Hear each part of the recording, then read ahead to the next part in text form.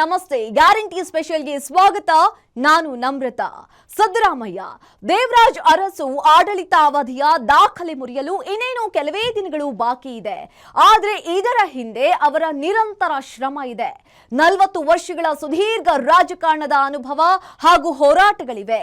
ಮೈಸೂರು ಜಿಲ್ಲೆಯ ಸಿದ್ದರಾಮಯ್ಯನ ಹುಂಡಿ ಎಂಬ ಪುಟ್ಟ ಗ್ರಾಮದಲ್ಲಿ ಕಡು ಬಡತನದ ಮನೆಯಲ್ಲಿ ಹುಟ್ಟಿದ ವ್ಯಕ್ತಿ. ಕರ್ನಾಟಕ ಕಂಡ ಮಾಸ್ ಲೀಡರ್ ಪಟ್ಟಿಯಲ್ಲಿ ಜಾಗ ಕಲ್ಪಿಸಿಕೊಂಡಿದೆ ಒಂದು ಅದ್ಭುತ ಪಯಣ. ಹೇಗಿತ್ತು ಸಿದ್ದರಾಮಯ್ಯ ರಾಜಕೀಯ ಏಳು ಬೀಳಿನ ಬದುಕು? ಲಾಯರ್ನಿಂದ ಲೀಡರ್ ಆಗುವವರೆಗೆ, ಕುರಿ ಕಾಯೋದ್ರಿಂದ ಹಿಡಿದು ಬಜೆಟ್ನಲ್ಲಿ ರೆಕಾರ್ಡ್ ಮಾಡುವವರೆಗೆ.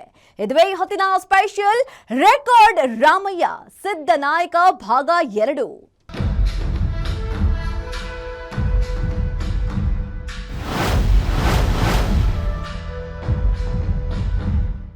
ಟಗರು, ಸಿದ್ದು, ಅಹಿಂದ ನಾಯಕ, ರಾಜ್ಯ ರಾಜಕೀಯದ ಮಾಸ್ ಲೀಡರ್, ಹೀಗೆ ಹಲವು ಹೆಸರುಗಳೊಂದಿಗೆ ಖ್ಯಾತರಾಗಿರೋದು ಸಿಎಂ ಸಿದ್ದರಾಮಯ್ಯ. ರಾಜ್ಯ ರಾಜಕಾರಣದಲ್ಲಿ ತಮ್ಮದೇ ಛಾಪು ಮೂಡಿಸಿದ ರಾಜಕಾರಣಿ. ಕಾಂಗ್ರೆಸ್ನಲ್ಲಿ ತಮ್ಮದೇ ನಾಯಕತ್ವದ ಹಿಡಿತ ಸಾಧಿಸಿರುವ ನಾಯಕ. ಅಹಿಂದ ಸಮುದಾಯಕ್ಕೆ ನೆಚ್ಚಿನ ನಾಯಕ. ರಾಜ್ಯ ರಾಜಕಾರಣದಲ್ಲಿ ಈ ಮಟ್ಟದ ಪ್ರಭಾವಿ ನಾಯಕನಾಗಿ ಬೆಳೆದಿರುವ ಸಿದ್ದರಾಮಯ್ಯ ಅನೇಕ ಏಳು ಬೀಳುಗಳನ್ನ ಕಂಡಿದ್ದಾರೆ. ಆದರೆ ಹಠ ಬಿಡದ ಛಲವಾದಿಯಂತೆ ಎಲ್ಲವನ್ನ ಮೆಟ್ಟು ನಿಂತು ಈಗ ಅರಸು ದಾಖಲೆ ಮುರಿಯುವ ಹೊಸ್ತಿಲಲ್ಲಿ ಇದ್ದಾರೆ. ಸಿದ್ದು ತಮ್ಮ ಜೀವಮಾನದಲ್ಲಿ ಮಾಡಿರುವ ಸಾಧನೆಗಳು ಏನು? ಸಿದ್ದರಾಮನ ಹುಂಡಿಯಿಂದ ವಿಧಾನಸೌಧದವರೆಗೆ ಹೇಗಿತ್ತು ಅವರ ಪಯಣ? ಡೀಟೇಲ್ಸ್ ಇಲ್ಲಿದೆ ನೋಡಿ.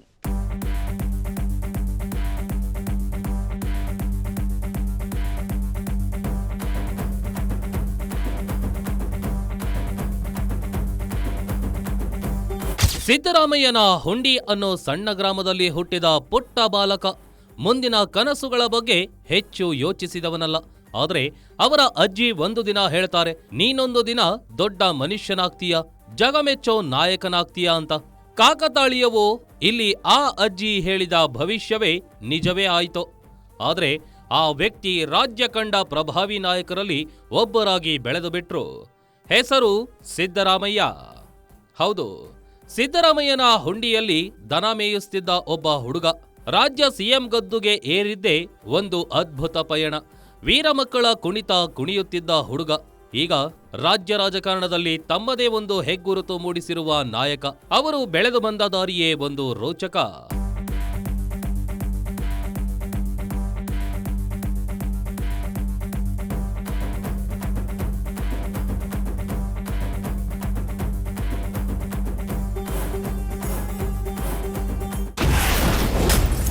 ಅಂದು ಸಿದ್ದು ಅಜ್ಜಿ ಹೇಳಿದ ಭವಿಷ್ಯ ನಿಜವೇ ಆಯಿತು. ಕರ್ನಾಟಕದ ಪ್ರಭಾವಿ ರಾಜಕಾರಣಿಯಾಗಿ ಬೆಳೆದ ಟಗರು. ಹೌದು, ಸಿಎಂ ಸಿದ್ದರಾಮಯ್ಯನವರ ಬಗ್ಗೆ ಅವರ ತಾಯಿಯ ತಾಯಿ ಅಂದ್ರೆ ಸಿದ್ದರಾಮಯ್ಯನವರ ಅಜ್ಜಿ. ಅವರು ಚಿಕ್ಕವರಿದ್ದಾಗಲೇ ಒಂದು ಭವಿಷ್ಯ ನುಡಿದಿದ್ರಂತೆ. ನೀನು ಹಣದ ಉಪ್ಪರಿಗೆ ಮೇಲೆ ಕೂತಿದೀಯ, ನೀನೇ ಮುಂದೆ ಒಂದು ದಿನ ದೊಡ್ಡ ವ್ಯಕ್ತಿ ಆಗ್ತೀಯಾ ಅಂತ. ಆದರೆ ಅಂದು ಅದನ್ನ 6 ವರ್ಷದ ಬಾಲಕನಾಗಿದ್ದ ಸಿದ್ದರಾಮಯ್ಯ ಅಷ್ಟೊಂದು ಗಂಭೀರವಾಗಿ ಪರಿಗಣಿಸಿರಲಿಲ್ಲ.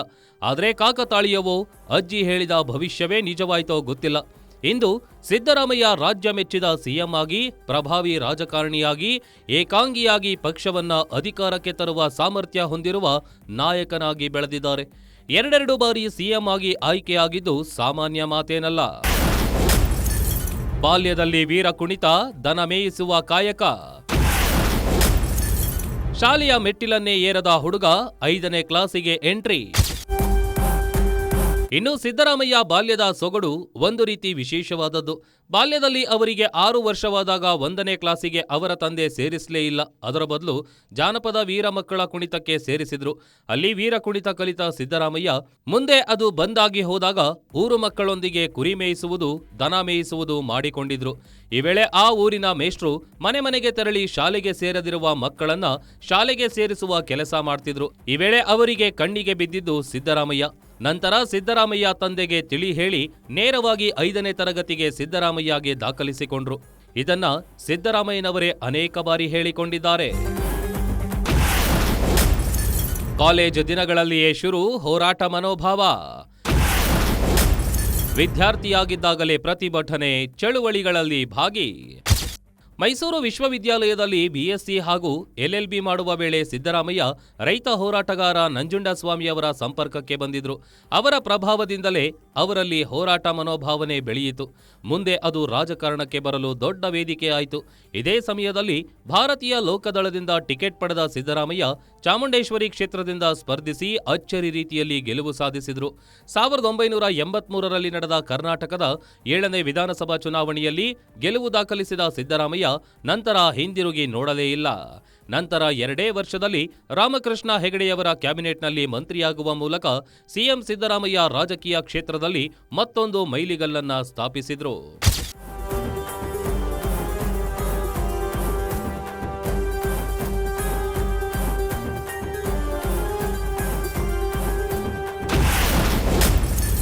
ಬಯಸದೆ ಬಂದ ಹಣಕಾಸು ಮಂತ್ರಿ ಭಾಗ್ಯ. ಸಿದ್ದು ಮಂಡಿಸಿದ ಮೊದಲ ಬಜೆಟ್ ಹೇಗಿತ್ತು? ಸದ್ಯ ಕರ್ನಾಟಕದ ಇತಿಹಾಸದಲ್ಲಿ ಅತಿ ಹೆಚ್ಚು ಬಜೆಟ್ ಮಂಡಿಸಿದ ಮಂತ್ರಿ ಅಂತ ಸಿಎಂ ಸಿದ್ದರಾಮಯ್ಯ ದಾಖಲೆ ಮಾಡಿದ್ದಾರೆ. ಅವರ ಹೆಸರಿಗೆ ಹಲವು ದಾಖಲೆಗಳು ಇವೆ, ಆದರೆ ಇದು ಪ್ರಮುಖ ದಾಖಲೆ. ಸಿಎಂ ಸಿದ್ದರಾಮಯ್ಯ ಮೊದಲು ಬಜೆಟ್ ಮಂಡಿಸಿದ್ರು. 1995, 1996ರ ಸಾಲಿನಲ್ಲಿ ಎಚ್.ಡಿ. ದೇವೇಗೌಡರು ಸಿಎಂ ಆದ ಕಾಲದಲ್ಲಿ ಇವರಿಗೆ ಹಣಕಾಸು ಸಚಿವ ಸ್ಥಾನ ನೀಡಿದ್ರು. ಪ್ರಮುಖವಾಗಿ ಸಿದ್ದರಾಮಯ್ಯಗೆ ಹಣಕಾಸು ಸಚಿವರಾಗಲು ಮನಸ್ಸಿರಲಿಲ್ಲ, ಅವರಿಗೆ ಕಂದಾಯ ಸಚಿವರಾಗುವ ಮನಸ್ಸಿತ್ತು.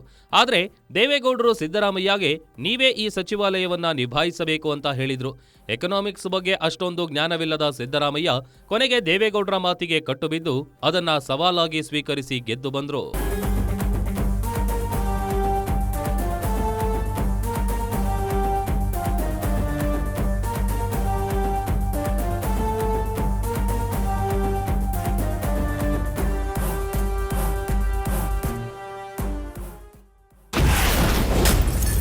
ಸಿದ್ದು ಮೊದಲ ಬಜೆಟ್ ಮಂಡನೆಗೆ ಮುನ್ನ ಟೀಕೆಗಳ ಪ್ರಹಾರ. ಟೀಕೆಗಳನ್ನು ಮೆಟ್ಟಿ ನಿಂತು ಸಮರ್ಥ ಬಜೆಟ್ ಮಂಡಿಸಿದ ಟಗರು. ಇನ್ನು ಸಿದ್ದರಾಮಯ್ಯ ಮೊದಲ ಬಜೆಟ್ ಮಂಡಿಸ್ತಾರೆ ಅನ್ನೋ ಮಾತುಗಳು ಕೇಳಿಬಂದಾಗ ನೂರಾರು ಟೀಕೆಗಳು ಅವರ ಬಗ್ಗೆ ಕೇಳಿಬಂದಿದ್ವು. ಹಲವು ಪತ್ರಿಕೆಗಳು ಹಲವು ರೀತಿಯ ಟೀಕೆಗಳನ್ನ ಮಾಡಿದ್ವು. ಆದರೆ ಆ ಎಲ್ಲ ಟೀಕೆಗಳನ್ನ ಸವಾಲಾಗಿ ಸ್ವೀಕರಿಸಿದ ಸಿದ್ದರಾಮಯ್ಯ ತಮ್ಮ ಮೊದಲ ಬಜೆಟ್ ಮಂಡಿಸಿದ್ರು. 1995-96ರ ಸಾಲಿನ ಬಜೆಟ್ ಮಂಡನೆ ಸಿದ್ದು ಮಂಡಿಸಿದ ಮೊದಲ ಬಜೆಟ್ ಆಗಿತ್ತು.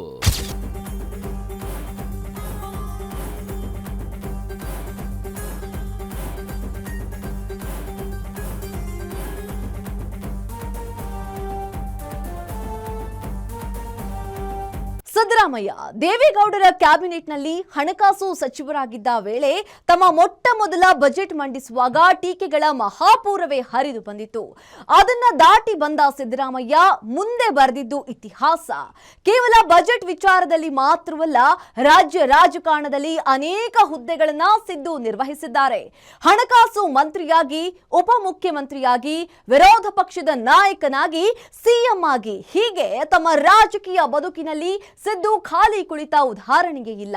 ಸಿದ್ಧ ರಾಜಕೀಯ ಬದುಕಿನ ಮತ್ತಷ್ಟು ಕಥೆಗಳು ಎಲ್ಲಿದೆ ನೋಡಿ. ಬಜೆಟ್ ಮಂಡನೆ ಮಾಡುವುದು ಅಂದ್ರೆ ಒಂದು ಸಾಧಾರಣ ವಿಷಯವಲ್ಲ. ಎಲ್ಲ ವರ್ಗಗಳಿಗೂ ಸಮವಾಗಿ ರಾಜ್ಯದ ಯೋಜನೆಗಳು ಹಂಚಿಕೆಯಾಗಬೇಕು.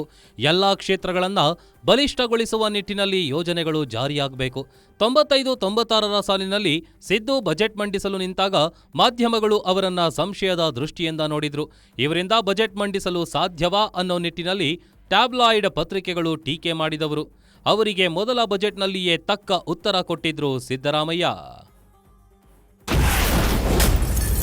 100 ಕುರಿ ಎಣಿಸಲು ಬಾರದವರು ಬಜೆಟ್ ಮಂಡಿಸುವರೇ. ಸಿದ್ದರಾಮಯ್ಯ ಬಜೆಟ್ ಮೇಲೆ ಪತ್ರಿಕೆಗಳ ಟೀಕಾ ಪ್ರಹಾರ. ಎಸ್, ಸಿದ್ದು ವಿರುದ್ಧ ಅನೇಕ ಪತ್ರಿಕೆಗಳು ಈ ರೀತಿಯೇ ಬರೆದಿದ್ವು. 100 ಕುರಿ ಎಣಿಸಲು ಬರುವುದಿಲ್ಲ, ಈತ ಹೇಗೆ ಫೈನಾನ್ಸ್ ಮಿನಿಸ್ಟರ್ ಆಗ್ತಾನೆ, ಈತ ಏನು ಬಜೆಟ್ ಮಂಡಿಸ್ತಾನೆ ಅಂತ ಅದನ್ನೇ ಸವಾಲಾಗಿ ಸ್ವೀಕರಿಸಿದ ಸಿದ್ದು ತಮ್ಮ ಮೊದಲ ಬಜೆಟ್ ಮಂಡಿಸಿದ್ರು. ಆಮೇಲೆ ಆಗಿದ್ದು ಚರಿತ್ರೆಯೇ. ಸಿದ್ದರಾಮಯ್ಯನವರ ಹೆಸರು ಬಜೆಟ್ ರಾಮಯ್ಯ ಅಂತಲೇ ಖ್ಯಾತಿಗೊಳ್ಳುವಷ್ಟರ ಮಟ್ಟಿಗೆ ಅವರು ದಾಖಲೆಯ ಅಂಕಿಗಳಲ್ಲಿ ಬಜೆಟ್ ಮಂಡಿಸಿದ್ರು. ಒಟ್ಟು 16 ಬಜೆಟ್ ಮಂಡನೆ, 17ನೇ ಬಜೆಟ್ಗೆ ಸಿದ್ಧತೆ. ಮತ್ತೊಂದು ಮೈಲಿಗಲ್ಲು ಸ್ಥಾಪಿಸುವತ್ತ ರೆಕಾರ್ಡ್ ರಾಮಯ್ಯ. ಕರ್ನಾಟಕ ರಾಜಕಾರಣದಲ್ಲಿ ಸಿದ್ದರಾಮಯ್ಯ ಪಾಲಿಗೆ ಇರುವಷ್ಟು ರೆಕಾರ್ಡ್ ಬಹುಶಃ ಯಾರ ಪಾಲಿಗೂ ಇಲ್ಲ ಅನ್ಸುತ್ತೆ. ಪೂರ್ಣಾವಧಿ ಸಿಎಂ ಆಗಿ ಸೇವೆ ಸಲ್ಲಿಸುವಲ್ಲಿಯೂ ರೆಕಾರ್ಡ್, ಅತಿ ಹೆಚ್ಚು ದಿನಗಳ ಕಾಲ ಸಿಎಂ ಆಗಿ ಕಾರ್ಯನಿರ್ವಹಿಸಿದ್ದರಲ್ಲಿಯೂ ಇನ್ನೇನು ಹೊಸ ದಾಖಲೆ ಬರೆಯಲಿದ್ದಾರೆ. ಇನ್ನು ಬಜೆಟ್ ಮಂಡನೆ ವಿಚಾರದಲ್ಲಿಯೂ ಕೂಡ ಹೊಸ ದಾಖಲೆ ಬರೆದಿದ್ದಾರೆ. ಈ ಹಿಂದೆ ಮಾಜಿ ಸಿಎಂ ದಿವಂಗತ ರಾಮಕೃಷ್ಣ ಹೆಗಡೆಯವರು 13 ಬಾರಿ ಬಜೆಟ್ ಮಂಡನೆ ಮಾಡಿ ದಾಖಲೆ ಬರೆದಿದ್ರು. ಈಗಾಗಲೇ ಆ ದಾಖಲೆಯನ್ನ ಮುರಿದಿರುವ ಸಿದ್ದರಾಮಯ್ಯ ಒಟ್ಟು 16 ಬಜೆಟ್ ಮಂಡನೆ ಮಾಡಿದ್ದಾರೆ. ಈಗ 17ನೇ ಬಜೆಟ್ ಮಂಡನೆಗೆ ಸಿದ್ಧತೆ ನಡೆಸಿದ್ದಾರೆ. ಅವರು ಮಂಡಿಸಿದ ಮೊದಲ ಬಜೆಟ್ ಗಾತ್ರ 14ರಿಂದ 15 ಸಾವಿರ ಕೋಟಿಯಷ್ಟಾಗಿದ್ರೆ, ಈ ಹಿಂದೆ ಅಂದ್ರೆ 2024ರಲ್ಲಿ ಮಂಡಿಸಿದ ಬಜೆಟ್ ಗಾತ್ರ ಬರೋಬ್ಬರಿ 4 ಲಕ್ಷ ಕೋಟಿಗೂ ಅಧಿಕ. ಅಂದ್ರೆ ಅವರು ನಡೆದು ಬಂದ ರಾಜಕೀಯ ಜೀವನವನ್ನ ನೀವು ಊಹಿಸಿಕೊಳ್ಳಬಹುದು.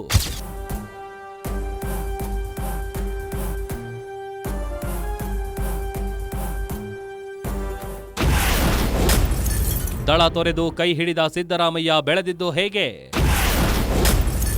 ಮುಳುಗುತ್ತಿದ್ದ ಕಾಂಗ್ರೆಸ್ ಹಡಗನ್ನ ಮತ್ತೆ ಮೇಲೆತ್ತಿದ ನಾಯಕ. ದೇವೇಗೌಡರ ಜೊತೆ ಅಹಿಂದ ಸಮಾವೇಶದ ವಿಚಾರವಾಗಿ ಮುನಿಸಿಕೊಂಡು ಆಚೆ ಬಂದ ಸಿದ್ದರಾಮಯ್ಯ ಜುಲೈ 22, 2006ರಂದು ಕಾಂಗ್ರೆಸ್ ಅನ್ನ ಸೇರಿಕೊಂಡ್ರು. ಕೇವಲ 7 ವರ್ಷಗಳಲ್ಲಿ ಮೂಲ ಕಾಂಗ್ರೆಸ್ಸಿಗರಿಗಿಂತ ಹೆಚ್ಚು ಪ್ರಭಾವಶಾಲಿಯಾಗಿ ಬೆಳೆದ್ರು. ಕಾಂಗ್ರೆಸ್ ಜೋಳಿಗೆಯಿಂದ ಜಾರಿ ಹೋಗ್ತಿದ್ದ ಅಹಿಂದ ಮತಗಳನ್ನ ವಾಪಸ್ ಕಾಂಗ್ರೆಸ್ಗೆ ತರುವಲ್ಲಿ ಸಿದ್ದು ದೊಡ್ಡ ಯಶಸ್ವಿಯಾದ್ರು. ಯಾವ ಹಿಂದುಳಿದ ಹಾಗೂ ಪ್ರಭಾವಿ ನಾಯಕನಿಗೆ ಕಾಂಗ್ರೆಸ್ ತನ್ನದೇ ಪಕ್ಷದಲ್ಲಿ ಹುಡುಕುತ್ತಿತ್ತೋ ಅದೇ ಪಕ್ಷಕ್ಕೆ ಸಿಎಂ ಸಿದ್ದು ವರವಾಗಿ ಬಂದಂತೆ ಬಂದ್ರು. ಅವರು ಕಾಂಗ್ರೆಸ್ ಸೇರಿದ ವೇಳೆ ಕುಮಾರಸ್ವಾಮಿ ಹಾಗೂ ಯಡಿಯೂರಪ್ಪನವರ 2020 ಸರ್ಕಾರ ಅಸ್ತಿತ್ವದಲ್ಲಿತ್ತು. 2008ರಲ್ಲಿ ಯಡಿಯೂರಪ್ಪ ನೇತೃತ್ವದ ಬಿಜೆಪಿ ಸರ್ಕಾರ ಅಸ್ತಿತ್ವಕ್ಕೆ ಬಂತು. ವಿರೋಧ ಪಕ್ಷದ ನಾಯಕನಾಗಿ ಆಯ್ಕೆಯಾಗಿದ್ದ ಸಿದ್ದರಾಮಯ್ಯ ಅಲ್ಲಿ ತಮ್ಮ ಅಸಲಿ ನಾಯಕತ್ವದ ತಾಕತ್ತನ್ನ ಕರ್ನಾಟಕಕ್ಕೆ ತೋರಿಸಿದ್ರು.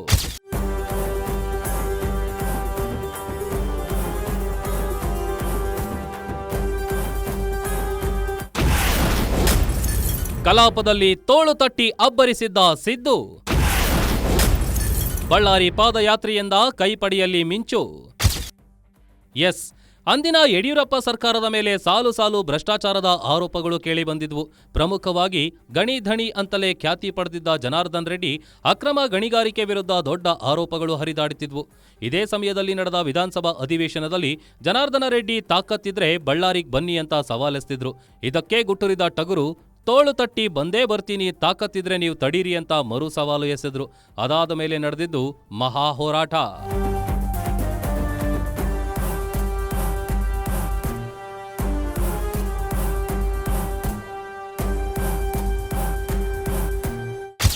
ಏನ್ರಿ ಜನಾರ್ದನ್ ರೆಡ್ಡಿ ಅವರೇ, ನನಗೆ ಸವಾಲ್ ಹಾಕಿದ್ರಿ, ತಾಕತ್ತಿದ್ರೆ ಬಳ್ಳಾರಿಗೆ ಬನ್ನಿ. ನೀ ತಾಕತ್ತಿದ್ರೆ ಬಾ ನೋಡೋಣ ಈಗ ಬಳ್ಳಾರಿಗೆ.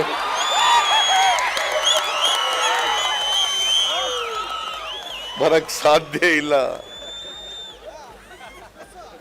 ಇದೇ ಪ್ರಜಾಪ್ರಭುತ್ವ ಅಂತಂದ್ರೆ. ಸಿದ್ದು ನಾಯಕತ್ವದಲ್ಲಿ ನಡೀತು ಬಳ್ಳಾರಿ ಪಾದಯಾತ್ರೆ. 2013ರ ಚುನಾವಣೆಯಲ್ಲಿ ಕಾಂಗ್ರೆಸ್ಗೆ ವಿಜಯ ಯಾತ್ರೆ. ಎಸ್, ಯಾವಾಗ ಸಿದ್ದರಾಮಯ್ಯಗೆ ಜನಾರ್ದನ ರೆಡ್ಡಿ ಸವಾಲು ಎಸೆದ್ರು, ಸಿದ್ದು ತೋಳು ತಟ್ಟಿ ನಡ್ಕೊಂಡೇ ಬರ್ತೀನಿ ನೋಡಯ್ಯ ಅಂದು ಅಬ್ಬರಿಸಿದ್ರು. ಅದರ ಪರಿಣಾಮವಾಗಿ 2010 ಜುಲೈ 25ರಂದು ಬೆಂಗಳೂರಿನಿಂದ ಚಲೋ ಬಳ್ಳಾರಿ ಎಂದು ಅಬ್ಬರಿಸಿದ್ರು. ಬರೋಬ್ಬರಿ 320 ಕಿಲೋಮೀಟರ್ ಈ ಪಾದಯಾತ್ರೆ ನಡೆದು ಕೊನೆಗೆ ಬಳ್ಳಾರಿಯಲ್ಲಿ ದೊಡ್ಡ ಸಮಾವೇಶದೊಂದಿಗೆ ಮುಕ್ತಾಯಗೊಳಿಸಿದ್ರು. ಸಿದ್ದರಾಮಯ್ಯನವರ ಈ ಒಂದು ಪಾದಯಾತ್ರೆ ರಾಜ್ಯದಾದ್ಯಂತ ಮಾತ್ರವಲ್ಲ, ರಾಷ್ಟ್ರದಾದ್ಯಂತ ದೊಡ್ಡ ಸದ್ದು ಮಾಡಿತ್ತು. ಕೈ ಕಾರ್ಯಕರ್ತರಲ್ಲಿ ಹೊಸ ಚೈತನ್ಯ ತಂದಿತ್ತು. ಇದರ ಪರಿಣಾಮ ಹಾಗೂ ಸಿದ್ದರಾಮಯ್ಯನವರ ಅಹಿಂದ ನಾಯಕತ್ವದ ಪರಿಣಾಮದಿಂದಾಗಿ 2013ರಲ್ಲಿ ಕಾಂಗ್ರೆಸ್ ಬಿಜೆಪಿಯನ್ನ ಮಕಾಡೆ ಮಲಗಿಸಿ ಸಂಪೂರ್ಣ ಬಹುಮತದೊಂದಿಗೆ ಅಧಿಕಾರಕ್ಕೆ ಬಂತು. ಸಿದ್ದು ಮೊದಲ ಬಾರಿ ಸಿಎಂ ಆಗಿ ಪ್ರಮಾಣ ವಚನ ಸ್ವೀಕಾರ ಮಾಡಿದ್ರು.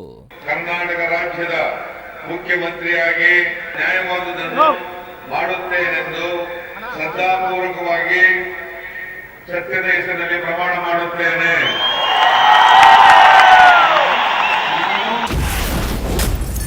2013ರಲ್ಲಿ ಸಿಎಂ ಆಗಿ ಮೊದಲ ಬಾರಿ ಸಿದ್ದು ಆಯ್ಕೆ.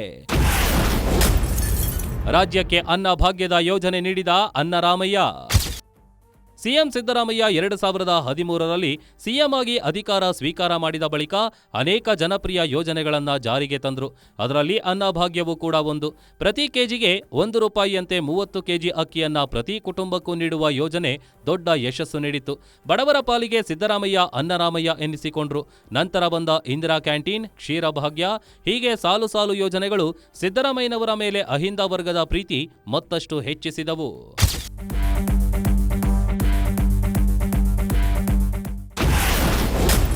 2018ರಲ್ಲಿ ಮರಳಿ ನೆಲಕಚ್ಚಿದ ಕಾಂಗ್ರೆಸ್ ಸರ್ಕಾರ. ಕುಸಿದ ಜೆಡಿಎಸ್ ಮೈತ್ರಿ, ಸಿದ್ದು ಮತ್ತೆ ವಿಪಕ್ಷ ನಾಯಕ. 2018ರಲ್ಲಿ ಮೋದಿ ಮೇನಿಯಾ ಹಾಗೂ ಯಡಿಯೂರಪ್ಪ ಕಂಬ್ಯಾಕ್ ಬಿಜೆಪಿಗೆ ಪ್ಲಸ್ ಆಗಿ ಪರಿಣಮಿಸಿದ್ವು. ಈ ವೇಳೆ ಬಿಜೆಪಿ ಸಂಪೂರ್ಣ ಬಹುಮತ ಪಡೆಯುವಲ್ಲಿ ವಿಫಲವಾಯಿತು. ಸಿಎಂ ಆಗಿ ಪ್ರಮಾಣ ವಚನ ಸ್ವೀಕಾರ ಮಾಡಿದ್ರೂ ಕೂಡ ಯಡಿಯೂರಪ್ಪ ಕೆಲವೇ ದಿನಗಳಲ್ಲಿ ಬಹುಮತ ಸಾಬೀತುಪಡಿಸಲು ಆಗದೆ ರಾಜೀನಾಮೆ ನೀಡಿದ್ರು. ಕೊನೆಗೆ ಜೆಡಿಎಸ್ ಜೊತೆ ಮೈತ್ರಿ ಮಾಡಿಕೊಂಡ ಕಾಂಗ್ರೆಸ್ ಕುಮಾರಸ್ವಾಮಿಗೆ ಪಟ್ಟ ಕಟ್ಟಿತು.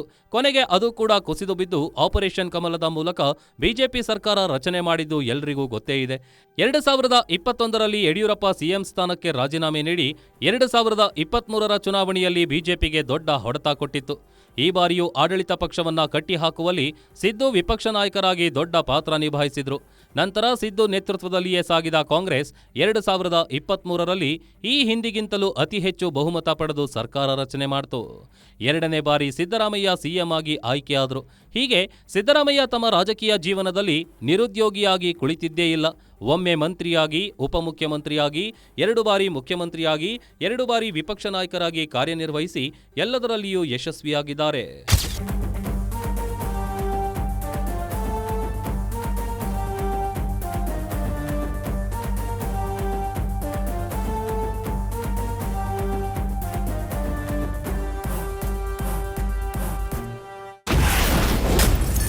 ತೋಳು ತಟ್ಟಿದ್ರೆ ರಾಜಕೀಯ ಪೈಲ್ವಾನ್, ಮೇಷ್ಟ್ರಾದ್ರೆ ಅದ್ಭುತ ಕನ್ನಡ ವ್ಯಾಕರಣ. ಇನ್ನು ಸಿದ್ದರಾಮಯ್ಯ ಕೇವಲ ರಾಜಕೀಯ ಪಟು ಮಾತ್ರವಲ್ಲ, ಸದನದಲ್ಲಿ ಅಬ್ಬರಿಸುವುದು ಮಾತ್ರವಲ್ಲ, ಮಕ್ಕಳೊಂದಿಗೆ ಮಕ್ಕಳಾಗುವುದು ಅವರಿಗೆ ಗೊತ್ತು. ಕನ್ನಡದ ವ್ಯಾಕರಣದ ಬಗ್ಗೆ ಅವರಿಗೆ ದೊಡ್ಡ ಪ್ರೀತಿ. ಅದನ್ನು ಸದನದಲ್ಲಿಯೂ ಕೂಡ ಅನೇಕ ಬಾರಿ ಶಾಸಕರಿಗೆ ಪಾಠ ಮಾಡಿದ್ದಾರೆ. ಶಾಲಾ ಮಕ್ಕಳೊಂದಿಗೆ ಸಂವಾದ ನಡೆಸುವಾಗಲೂ ಕೂಡ ಅನೇಕ ಬಾರಿ ಸಂಧಿ, ಸಮಾಸ, ಅಲ್ಪಪ್ರಾಣ, ಮಹಾಪ್ರಾಣಗಳ ಬಗ್ಗೆ ಜ್ಞಾನ ನೀಡಿದ್ದಾರೆ. ಸಿದ್ದರಾಮಯ್ಯರಲ್ಲಿ ಕೇವಲ ಒಬ್ಬ ರಾಜಕಾರಣಿ, ಸಿಎಂ, ವಿಪಕ್ಷ ನಾಯಕನ ಗುಣ ಮಾತ್ರವಲ್ಲ, ಒಬ್ಬ ಪಕ್ಕ ಕನ್ನಡ ಮೇಷ್ಟ್ರ ಗುಣವೂ ಕೂಡ ಇದೆ. ಕನ್ನಡ ಸಂಧಿ, ಕನ್ನಡ ಮತ್ತು ಸ್ವರ ಸಂಧಿ, ವ್ಯಂಜನ ಸಂಧಿ. ಕನ್ನಡದಲ್ಲಿ ಎಷ್ಟು, ಕನ್ನಡ ಅಕ್ಷರಮಾಲೆಯಲ್ಲಿ ಎಷ್ಟು ಅಕ್ಷರಗಳಿದ್ದಾವೆ? 41. ಅದರಲ್ಲಿ ಯೋಗವಾದ ಅದು ಗೊತ್ತಾ? ಏನು ಯೋಗವಾದ ಅಂದ್ರೆ? ಅನುಸ್ವಾರ, ವಿಸರ್ಗ. ಸ್ವರ ಅಂದ್ರೆ ಏನು? ಸ್ವತಂತ್ರವಾಗಿ ಉಚ್ಚರಿಸಲ್ಪಡುವ ಅಕ್ಷರಗಳನ್ನು ಸ್ವರ ಅಂತ ಕರಿತೀವಿ. ವ್ಯಂಜನಗಳು ಇನ್ನೊಂದು ಅಕ್ಷರದ ಸಹಾಯದಿಂದ ಉಚ್ಚಾರ ಮಾಡುವ ಅಕ್ಷರಗಳನ್ನು ವ್ಯಂಜನ ಅಂತ ಕರಿತೀವಿ. ವ್ಯಂಜನಗಳು ಎಷ್ಟಿದವು? 34. ಅದರಲ್ಲಿ ವರ್ಗೀಯ ವ್ಯಂಜನ, ಅವರ್ಗೀಯ ವ್ಯಂಜನ ಅಂದ್ರೆ ಗೊತ್ತಾ?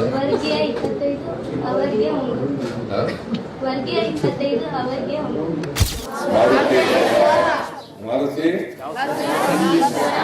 ಪ್ಲಸ್ ಈಶ್ವರ, ಮಾರುತೇಶ್ವರ. ಯಾವ ಸಂಧಿ?